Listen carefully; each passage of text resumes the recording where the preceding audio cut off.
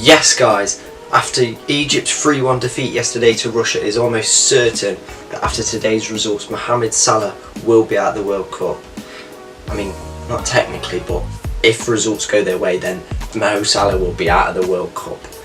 I mean, they've got to hope Saudi Arabia do something against Uruguay, which after the last performance, can't really see it. I mean, they just look like a Sunday League team that just showed up. Anyway, on with the game. So yesterday, like I said, Russia beat Egypt 3-1. Again, another great performance from Russia for me. I think the key players in that game were Cheryshev, Golovin and Dzyuba. Not sure I'm pronouncing that right, but for me they were the three crucial players. In the first half, Khrushchev and Golovin were linking up beautifully on the left hand side. They were the most creative players for Russia for me. Any Russian attack in the first half was always coming down that side. You had the exceptional attack coming from Fernandez on the right hand side, but for me, Cheryshev had the best chance of the first half with Russia, where he got the ball on the edge of the box and he drilled a shot. It just went over the bar, but for me, them two were excellent. As well as Dzyuba, his hold-up play was really good. He could hold the ball up, he could bring other players into the game. I think in that first half though, it looked like he was afraid to jump.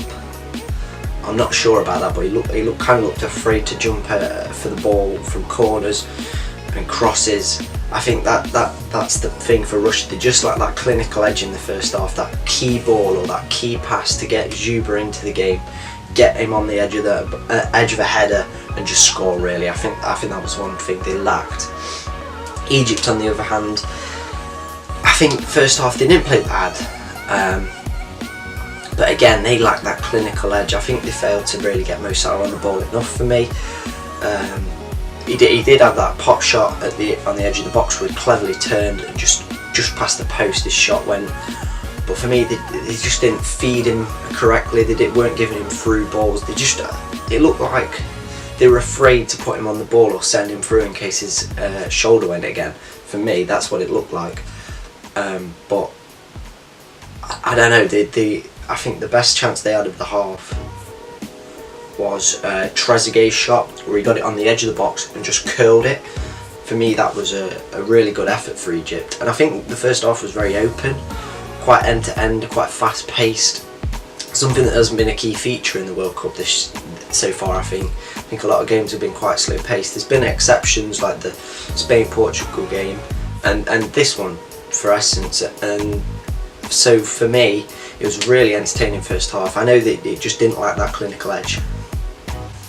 The second half began much better than the first. Immediately, you could see there was more attempt from both teams as they both knew they needed the points to get through the group ultimately. And it started off again with that man Golovin. He came down on the right hand side this time and he crossed the ball in and punched away by the keeper and then was shot by number 11. I can't pronounce his name and I'm not going to even attempt to pronounce his name. So the shot was drilled in by 11. It was a poor effort and the defender just flew off his leg and just rolled into the bottom corner. For me, the goal ultimately summed up the game as a whole so far. It had been exceptional quality in the final third, and I think that goal ultimately summed it up in a way. But I mean, it gave Russia the lead and it ultimately just gave them confidence. You could see it just flowing through them after. I mean, after this, you had Russia just going forward on every attack. Again, Cheryshev and Golovin linking up beautifully. And for the second goal, Cheryshev's goal, it all starts from Dzyuba. I love Dzyuba. A long ball played forward and Dzyuba just flicks it on out wide. And obviously Fernandez bombs forward. He absolutely flies forward to get onto the end of this ball and just pulls it across. Lovely waited to find an unmarked Cheryshev who just slots it in for his third goal of the World Cup. Honestly, he looks a phenomenal player. Some of these players in this Russian team just look unbelievable. You can't believe that for the tournament, all the media, even myself included, I thought Russia were going to maybe finish bottom of the group and Saudi Arabia might finish above them. How wrong does that look now? But yeah, honestly, for me, Russia got some really talented players, and I can't understand why they've not clicked before, because they're really good. Honestly, Russia are one of my favourite teams to watch so far at the tournament. I've enjoyed the first match, and I enjoyed this match yesterday. So like I said, Cheryshev with the goal, excellent. So yeah, so for the third goal, Juba again involved, and the ball is literally just on his chest, flicks it down, and just drills it into the bottom corner. It's a lovely finish. I'm thinking about putting him in my dream team. He's been that good. I liked him in the first game when he came off the bench. I thought he just had a presence about him, unlike Smolov. I'm not a big fan of Smolov. I don't think he offered anything when he came on, but Juba he's got a presence about him. He's a big lad. He can hold the ball a while. He's a really good player. And then after this, Egypt did come back into the game more. They started to get further forward, I think, as Russia kind of came more back, and we had Salah getting some opportunities on the ball. He had the one chance where the ball just came to his feet and he just couldn't get it at his feet and just shot it, but he was just wide of the goal. Pardon me, by the way. So yeah, like I said, Salah getting involved more and more in the game. We've got the fact that after this, as he's getting the ball more, he's got this chance on the edge of the box where he just escapes his marker, and his marker just ultimately grabs his shirt and brings him down. It's a clear penalty. I've seen it straight away on the replay and I knew it were a penalty, but the referee gave a free kick, and this is where VAR came in again, and it's proved why it's working well at the tournament. I think there are some still niggling issues. That was proven in the England game and in this game ultimately. So yeah, VAR saved it. Salah saved the penalty. Salah went and shot the penalty. Good penalty. Keeper had no chance. There was enough power on it just to, into the net, easy. But yeah, so like I was saying, VAR, there was still a few problems, especially in the England game. I don't know how England would have awarded 2 penalties for the game, basically rugby tackles or wrestling moves. You know what I mean? I thought it was Hell in a Cell at one point when I was watching it, but anyway, and it happened again in this game where a Russian defender literally had Salah by the neck and pulled him down onto the floor. Like, VAR, are we not awarding that as a penalty? It's a clear penalty, and I think it's just showing defenders how they can get away with it. I think if you clamp on it down on it now, it will just stop.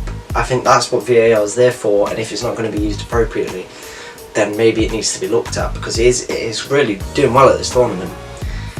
You know what I mean? It's awarding penalties that should be penalties and giving teams a lot of justice that never used to be there, but it's got to be used correctly for these big decisions, because ultimately it could have cost Egypt. It could have ultimately cost England the night before, sorry. But anyway, back to the game.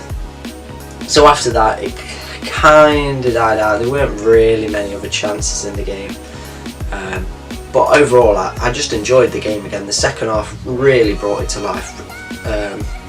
So it looks like Russia are going through to the last 16, which is unbelievable to say, and I've really enjoyed watching them. I can't wait to see them again. They've been one of my favourite teams to watch, bar England, at this tournament. They're just really good. They've got some really good players, like I said, Golovin, Juba, Cheryshev. I like the number 11, I can't pronounce his name, but there's some really good players in there, and I think they could go quite a way in this tournament and prove quite a few people wrong, because the host nation, you can hear it in the crowd behind them. They erupted when that first goal went in. So I really do think they maybe could get to like the quarterfinals or something if they get a nice easy draw, because I could see them topping the group. I think Uruguay-Russia will be an excellent game to watch, so I can't wait for that. Anyway, ladies and gentlemen, if you have enjoyed this video, please like, subscribe and share, and I will be back later today with, I'm trying to think who the first game is, Portugal-Morocco. So I'll be doing the Portugal-Morocco one, I'll probably do the Spain-Iran one, and I'll probably do the Saudi Arabia-Uruguay one. But I don't know when them other ones will come out. There will definitely be another video out today, maybe 2 if I can do it, if I can edit quick enough. But if not, there'll be 1 and maybe 2 or 3 tomorrow. So if you have enjoyed